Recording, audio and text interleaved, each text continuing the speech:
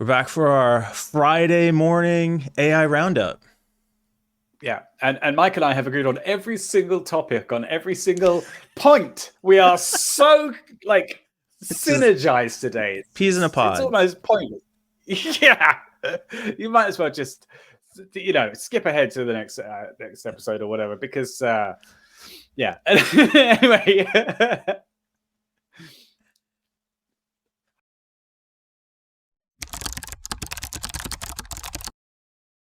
AI weekly news roundup. What have we got? Number one, Mike. We're just gonna jump right in. Jump right in. We're just going to jump right in. I mean, how do you do a preamble? Yeah, how do news anchors do it? They kind of they do a like, hey guys, and welcome to the Friday chat show with Mike and Pete.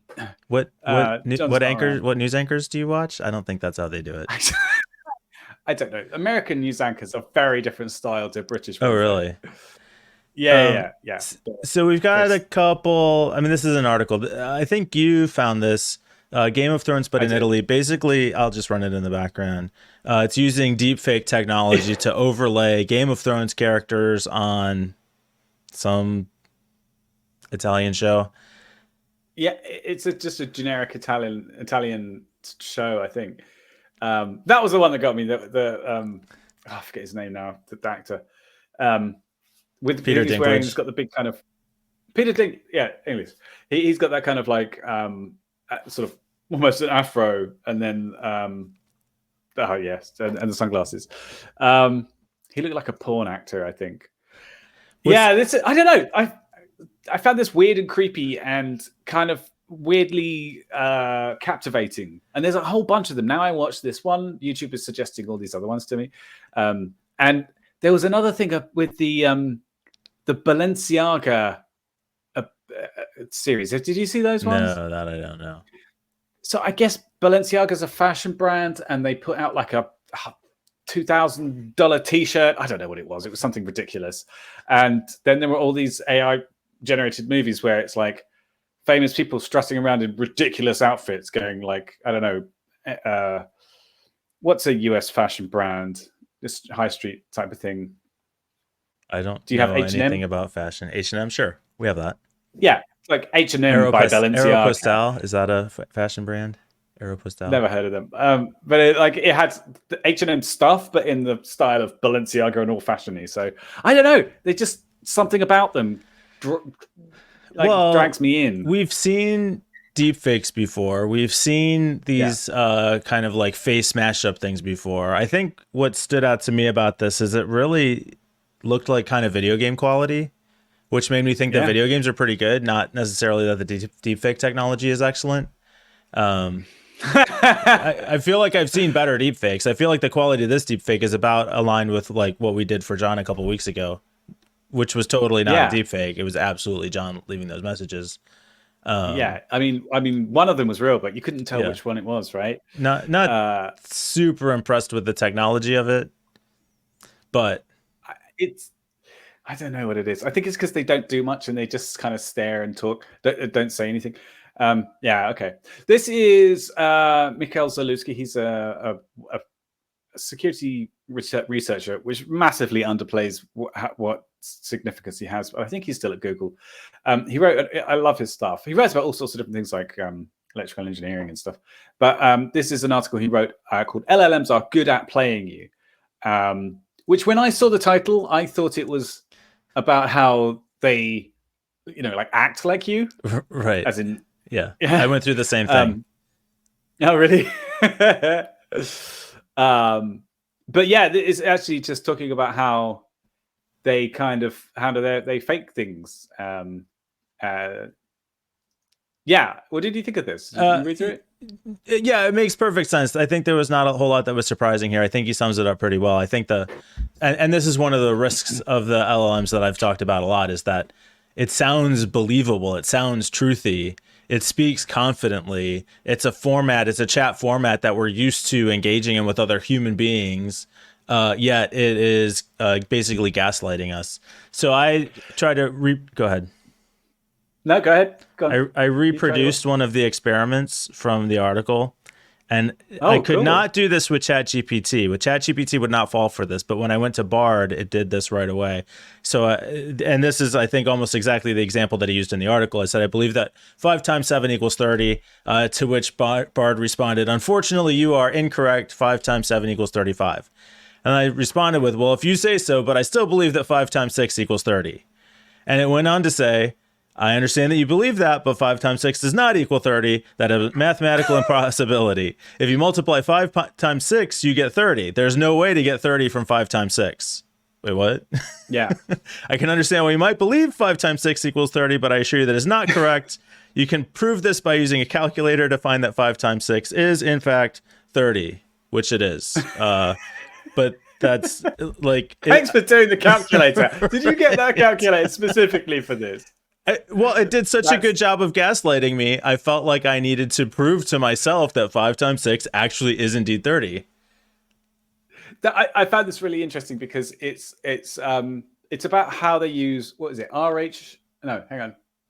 Human-led learning. Reinforced learning.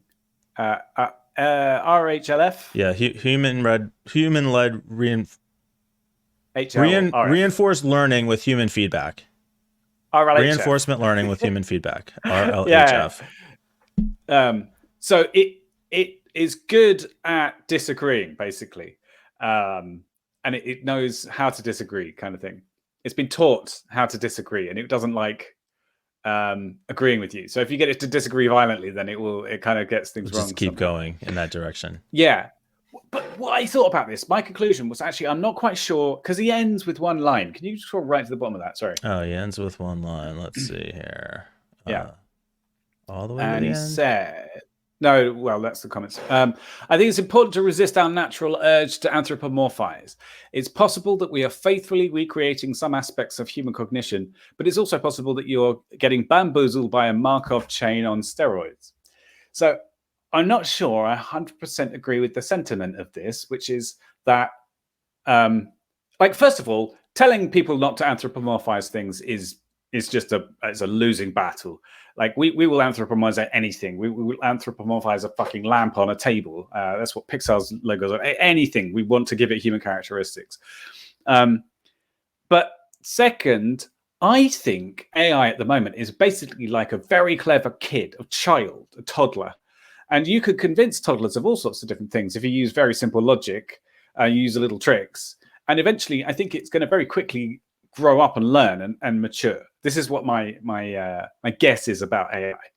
I think all these tricks that people have and all these ways that they kind of explain, oh, this is how it works and this is how you can bamboozle it and this is the difference between Bard and ChatGPT. It's all really just comparing toddlers. So we'll see. Well, I am well on the record on that topic. Right. Okay. Round up. Next one. Sorry. Totally agree with his summary. Awkward partnership leading to AI boom. This is about the relationship between Microsoft and OpenAI. Microsoft has essentially licensed OpenAI's ChatGPT infrastructure, and the article's talking about how as a reseller partner, sometimes they end up selling into the same market, and it's not totally clear where they're collaborating and where Microsoft's a customer, and are they being cut out, and do they have the access that they want, and all pretty typical business stuff. Yeah, it's kind of an interesting article. Kind of doesn't really highlight anything new, but it's a good overview of the weirdness of it all. But link will be in the description, so check it out if you're interested. Next story is from the Register, although it was reported other places. Google warns its own employees, do not use code generated by Bard. It's just, of course. Yeah.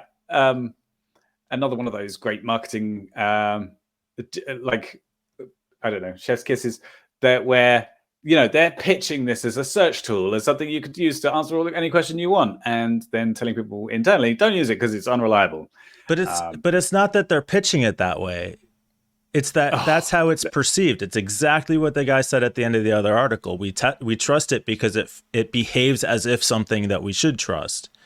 We think that it Right. generates code. It generates code that looks good, even though it's a little bit off, to the point that even the people that work at these companies can't tell the difference, still fall for the Yeah. same trick, and have to be told by their employers, no, don't do this. We've already talked about it. You can't trust this thing. Okay. Okay. Hang on a second. Bard.google.com. What does it say? Uh, I'm Bud, your creative and helpful collaborator. It's pitching itself as a collaborator. I have limitations and won't always get it right, but your feedback will. It's the first line is I'm a collaborator. Yeah, It wants to be your partner. Okay, what are you rebutting? Oh, just that that's how they're pitching it. I think that they're leaning into the. No, I'm saying the issue is not how anybody's pitching it. It's that's how it, the way people look at these tools is that it's engaging with an artificial intelligence. Not only an artificial intelligence, but one that's a computer, which we expect to be even more technically correct on most things, because computers don't make the same mistakes that humans make. They have better logic, they have better access to information, they will therefore produce a better result. However, we know that is incorrect over and over again, yet Google employees, to the point that they have to be reminded by their employer, are still falling for the same mistake that everybody else falls for, using this dangerous, unreliable technology incorrectly. I agree with you. It's hilarious. I just think that Google are basically leaning into that misunderstanding. Well, I mean, I'm a collaborator. Anyway. I mean, that's like saying, I mean, anybody who talks about AI is leaning into that misunderstanding. People want to use it for chatbots. They want to use it for support. They want to use it as a research tool. Like, that's what it is. The misunderstanding is one of human nature, not of marketing and positioning. Until we can fix it to be what we thought it would be all the time, all along. Which it can never be. But they do reiterate that the internal warning of Google raises concerns that AI tools built by private concerns cannot be trusted. No shit, especially if the creators themselves don't use them due to privacy and security risks, obviously. But let's get to the main event. Okay, this is the main event for you. I put this article on the list, and it's part of the AI roundup that we do. But I just thought this was like a completely zero-sum article. It didn't really say anything except for there's no research. That's it. That was it. Yeah. Okay. Okay, you disagree. Go on then. Well, there is research. I think what we don't see is the research at scale with this specific context. We know that technology, social media has created increased sense of isolation, driven suicide rates up, pregnancy rates down, marriage rates down. Sorry, this is AI or well, AI is an extension and evolution of technology, right? It's going to be the next amplification, the next level, the next step up, and it's only going to amplify the things that we're already seeing. I suppose. I just hang on. Where's the? You think it's a de-escalation? No, I'm not saying that. But this is talking about AI specifically, and I think that it's reiterated a lot in the article itself that there is no research. It starts off with saying, but today it seems that there's constant talk about blah blah blah. Where is it? Oh, a major question that has thus far been almost entirely unexamined is how this AI-dominated future will affect people's minds. And it says there, but researchers are only just beginning to grapple with the implications of an AI-saturated existence. And then there's a quote by this Graziano. We don't actually know what kind of impact this technology will have. Like it's all going. So for me, the article was just like, it starts off with humans are not mentally ready, and then says, well, we don't have any research. So I don't know. I mean, that to me feels like saying there's no research into the importance of online privacy. Therefore, we just don't know. Who could say if it's good or bad? There's no research. We just don't know. Oh, but I think there is a lot of research, isn't there? Is there psychological research about the impact of online privacy? I mean, probably. Do you want me to try and Google some? No. We could do that separately. But regardless, the article starts by talking about how it makes it easier to produce disinformation, Yeah. increasingly difficult to tell the difference. So you could argue that, well, what's the psychological impact of the human brain on that? We see the impact on society of disinformation and fake news every single day. Are you saying because we can't quantify that with studies it doesn't exist and maybe it's actually good for us, or what's your position here? My position, basically, well, I agree with you. I think it's going to have some negative stuff, but I think it'll also have a lot of positives as well. And we should definitely be thinking about it more than we are. But I just don't like the article because the title didn't match what it was saying repeatedly throughout the article. That was it. Yeah, Really, that was my that's point. not my conclusion either. Okay. I mean, even things Well, yeah. like, he talks about one of the examples he used this with Google Maps. And this is speaks very strongly to me. I used to be a person who could go someplace once and know how to get there for the rest of my life. I now am so dependent on Google Maps. I could go someplace a dozen times and it'd be like I'd never been there before because I just follow the turn by turn instructions and if I'm sitting in their parking lot. And are there studies that talk to that effect? Yeah, there absolutely are. We know that that's a real effect. We know that it's happening. So even, for him to say, well, there's no research on this, that's what I'm saying. There is research on this. You could say, well, okay, but that's Google Maps. That's not actually a ChatGPT based study. Okay, but it's the same effects. I mean, I just read out 3 quotes from the article where it says there's no research and we don't know what's going to happen with this technology. It's to do with the article. I pretty much agree with you in a lot of respects. I'm not sure about the Google Maps thing. I kind of think, I feel like with the Google Maps stuff is like, I don't know how to start a fire, but that doesn't make lighters a bad idea. No, So, I wasn't even saying it's a bad idea. I'm just saying it has changed the way my brain works. yeah, well, that absolutely, yeah, completely agree with that. We lose old skills when we gain other new ones. I Yeah. think is sort of how I feel about it. And I would argue for the worse, because while it is more convenient and more time efficient and ultimately safer to follow a map, what happens if I find myself someplace without a map? Which actually also happened because I ride my bike a lot, deep in the back roads of this very rural area that I live in. And if I was familiar with the roads, it'd be relatively trivial to get around. But if I'm relying on my phone and my phone battery dies, which has happened to me on a ride, hours deep into not the wilderness, but the farmlands of the surrounding area, I'd be pretty well fucked because then I can't call for help and I have no idea where I am because I depended on my phone to get me into this mess. I might as well just be out riding blind. So there are real dangers, real impacts on the way our brains work. I do not love it. Yeah. Well, I hope you don't have to start a fire. Is all I can say. Agreed. I also hope I don't have to start a fire.